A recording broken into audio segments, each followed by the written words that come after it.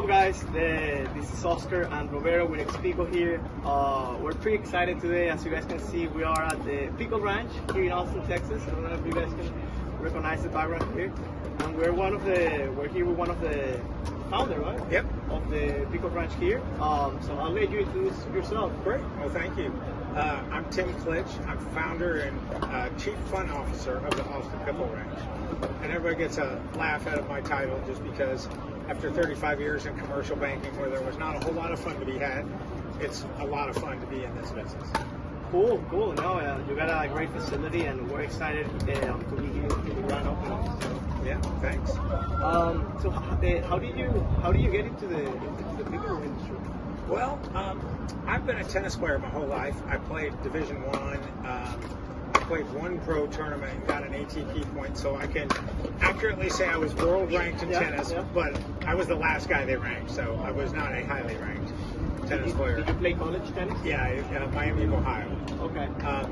And so my dad was a tennis pro, and in fact, he would have been on the pro tour of tennis if there had been an open pro tour back in the 50s and 60s, but that didn't start till almost 1970. And so he was a tennis pro, and I think we were the first and maybe only father-son Mid-Americans Conference champions in tennis, because he won it in 55 and I won it in 82 and 83. So I've been an athlete my whole life.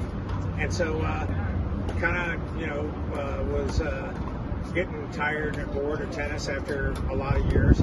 Met Steve Kuhn at a Wimbledon watch party back in 19. Wow. And he invited me over to his house that night to play pickleball. Where, in Austin? In his house in South Austin. Okay. And so I went over and played, and he told me at that time that in the 3 hours we played, I improved more in those 3 hours than anybody he'd ever seen. Wow. Because I just could not get the whole let the return of serve bounce rule, because in tennis, you hit your serve and you start moving forward, and any ball you play out there, you play out there. So it was really hard for me. I probably made 50 return of serve violations before I finally was like, okay, let it bounce, dummy. That's so cool. So you're close with Steve Kuhn? Yes, I have just so much respect for his love of the game, his spirit, and what he wants for the sport. I think he just, he is a man on a mission to spread the gospel of pickleball, and I think nobody in the entire industry has done more than Steve Kuhn to, preach the sport and how good it is. And, he's just a guy with a good heart that wants to do good things. And so when you see that, and then you get involved in the sport, and you see, like, my sister and I were in Palm Springs playing nationals a couple years ago, and we ended up, going to public park and playing open play, and playing with some beginners that never played before. You don't do that in tennis. Tennis players don't play with beginners once you get to like semi-pro, pro level. And I just think this sport is inclusive and it's friendly and it's open, and so I just think it's a great sport. No, for sure. And I think I agree with you. Of course, I don't know Steve Kuhn, but like the vibes he gives is that he wants the best for the sport, right? I agree. So it seems like he has a great heart. And I think sometimes his great heart sometimes is in conflict with the sharp elbow business side of sports. And so, I just look at, he single-handedly came up with the concept of Major League Pickleball. I know he had some help pulling it off, but that was his baby. He created it. He thought it up. There's like nobody was doing rally scoring before MLP. Nobody had ever heard of a green breaker, and I know that some of the players don't like those things, but at the end of the day, if you think about what a pro sport is, for a pro sport to be successful, the fans have got to be engaged and love it. And what Steve did with a lot of his creativity in the creation of MLP was he created a product that it causes a lot of drama. Like that, having to win on your serve lets people come back from 20 to 10, 20 to 12, and 20 to 14. And players don't like that. They didn't just change that though? Well, we originally had no freeze, then we went to a freeze at 20 and a freeze at 18, but those were permanent freezes. Now we've gone back to no freeze, and just you have to win the game on serve. Okay. And that's the only rule for this last one. And I gotta say, Atlanta MLP was just a huge success. And I just thought the drama. I was there. I was watching every single match, and I think that the fans were engaged at a level that I haven't really seen over multiple days at a pro pickleball event. So I think Steve. And there were probably more Dream Breakers this past event than any other one. And the Dream Breakers are kind of fun.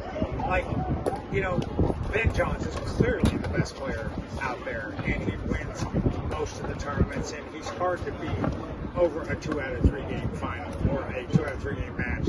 But in 4 points, anything can happen. Yeah. And so it's hard for Ben to dominate in 4 points like he can over, 150 points. So I understand why it causes more excitement, more drama, but it's nerve-wracking for those players. I feel bad for them when they're out there because I played in a bunch of Dream Breakers and I choked at a 20-11 lead the other day in a tournament playing MLP style scoring, and I was like, I don't like this so much. So I think it's a good product. So I guess a controversial question. So that's how you see the sport going towards that route of like team, like a team sport. I don't think so. I think that is, it's Ryder Cup weekend. And just because the Ryder Cup is so successful, I don't think that means golf is heading towards team sport. Yeah. So I think there's an appropriate balance between tour events and team events. Yeah. And it's like a balanced diet. You need a little bit of both. Yeah. And, Ben and Anna Lee are so darn good together that it's hard to see anybody beating them in match. And so I think that it's conceivable that in tournament play, unless you change up the pairings more often, that could get a little stale over time. Although there's something to respect about people who can so dominate a game like they have.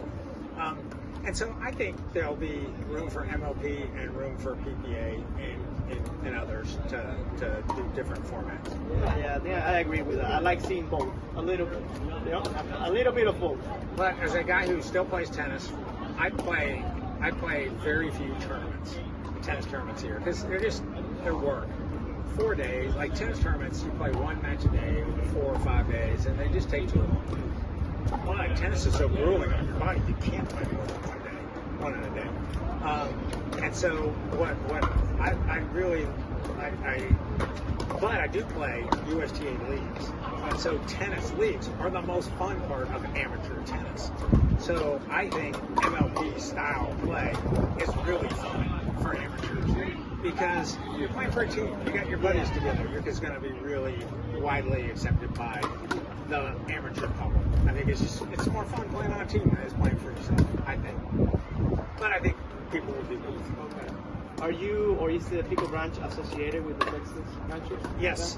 Yeah. So I was part owner in that with one business partner, and then I became part owner in this with another business partner. Okay. And so it's kind of two different ventures, and then about a month ago we closed on bringing in some new investors into the Ranchers, and so I don't have control of the Ranchers, but I'm still a material investor. So I'm one of the larger individual investors. But Ted and Evan came in and took over that and have just done a bang-up job. I mean, I couldn't have asked for better partners to come in on that because where MLP is heading is these teams need to be run like profitable sports franchises, like major league sports.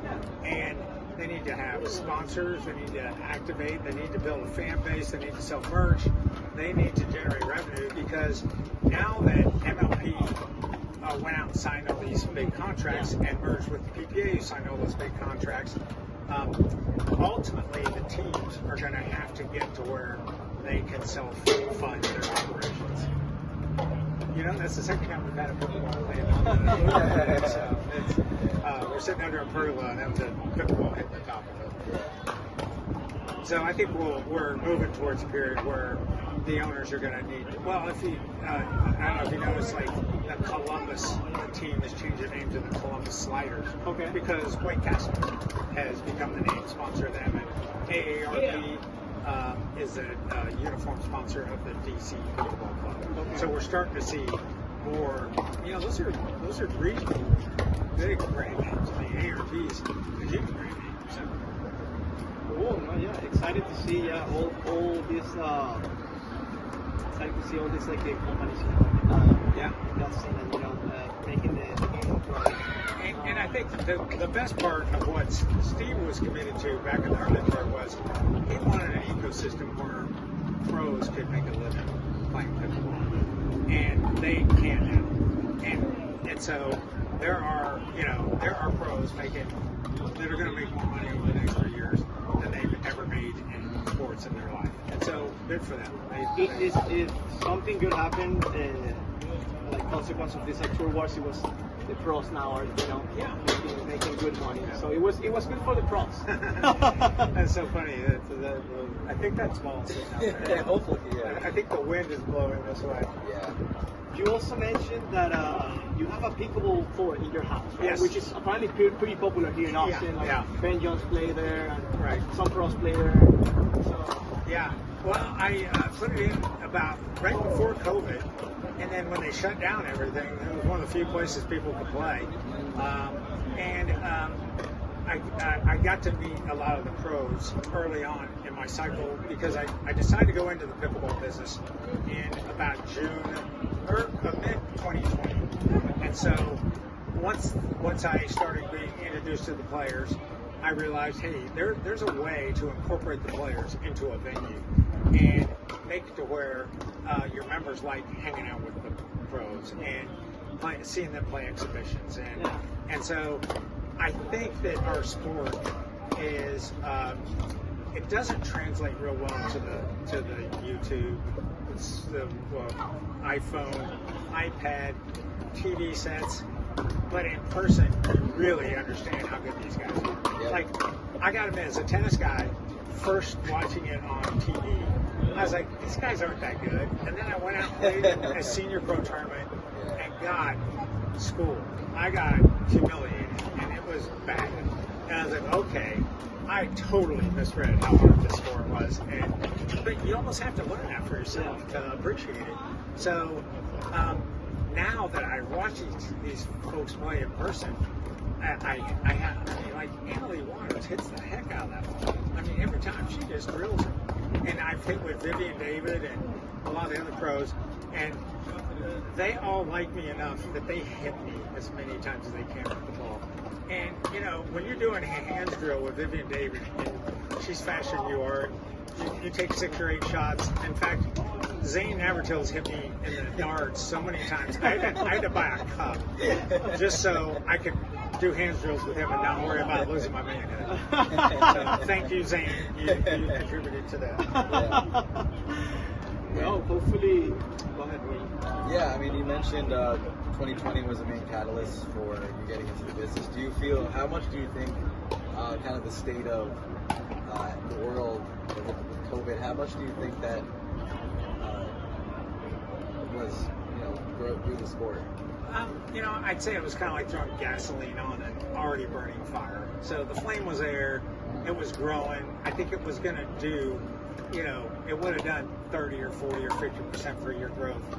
And I think when COVID hit, and people were like, okay, what can we do that isn't in a public park, isn't in an indoor venue? And then I think people just started going, hey, that sport playing in the street with chalk or painted lines and just putting up, the pylons and walking off the street. I think everybody was like, this is really fun. And then once they did that, I would invite people who are playing parking lot or street ball over to play on a real court. Yeah. And all of a sudden they're like, wow, this is even better. And so people just get hooked on it. Yeah. So just to see people get addicted to a healthy activity is really fun. And so I think COVID did a times 10 factor. Because at the time in 2019 and 20, when I was making my investment decision to go forward and invest basically all my retirement money into pickleball, I thought it would grow nice and slow. And my buddies were going, pickleball, what is that sport? And now today those phone calls are, how did you know this was coming? how did you see this? How did you get out from this? And I got to admit, A, I owe it to Steve Kuhn because I wouldn't have been without him. And B, I did my homework and I realized, you know, if you look at America, we're not as healthy as we used to be. We're a little bit more overweight. We're a little more sedentary. We got too much screen time. I think COVID caused a rapid increase in mental health issues, substance abuse issues, and just general not healthy living. And I think pickleball can reverse that. And I know tennis players all go, oh, pickleball's too easy, it's not real exercise. All I can say is, I play 2 hours of pickleball the way I play it. I'm getting almost the same steps, and it's not as extreme cardio as tennis, but it's more constant level. And it's just, you want to do it more because it's more fun. Whereas tennis is a grind, it's work. And so you can't ask people and expect people to participate in activities that are just a grind with their spare time. They want to have some fun. And so that's why I think the sport is uniquely suited to. I think Steve Kuhn's right. Pickleball could change the world. For sure. How do you see like the Austin pickle scene? Do you think it's like the #1 pickle spot in America, or what are your opinions on that? I think it has the potential to be the #1 spot in America, except that we're in a market that has had, this city doubles in population every 20 years. And when you double in population continually every 20 years, you have a growth factor that requires a very high. Yeah, we're right in the action, man. The ball is going right into this. I think that it's hard for Austin to keep up with the demand and growth because we got young folks like you moving to town that want to live this active lifestyle, and we have a certain amount of park infrastructure, and that's all we got. And we haven't added a new tennis court in Travis County in the city's park system that I'm aware of in 20 years. Wow. They've replaced a lot of them. They've fixed them up, but there's no new courts. And in fact, because of school security issues, all the schools' tennis courts that used to be open to the public are now locked up. Austin High's tennis courts and pickleball courts are locked up during the day. So we have these resources, but we're not letting the public use them. And, you can argue whether or not that should be the case or not, but it is what it is. And so I'm on the board of the Capital Area Tennis Association, and we don't have enough tennis courts, and pickleball doesn't have enough courts. And so one of the roles I'm trying to play is bridging the gap between the tennis and the pickleball community. And where there's a few tennis courts, I'd like to see what they did over at West Enfield Park, which is put pickleball lines on one of the courts, and let it be pickleball part-time, tennis part-time. And I think that's the right way to go. But our city has been taking those courts out because if they're in quiet neighborhoods, people have fun. They yell, they get rowdy. They use the courts a lot. Although I gotta admit, Austin tennis court utilization is probably as high as anywhere in the country, just because we got all these young athletic people that are after it, and even our old folks like me are still very active.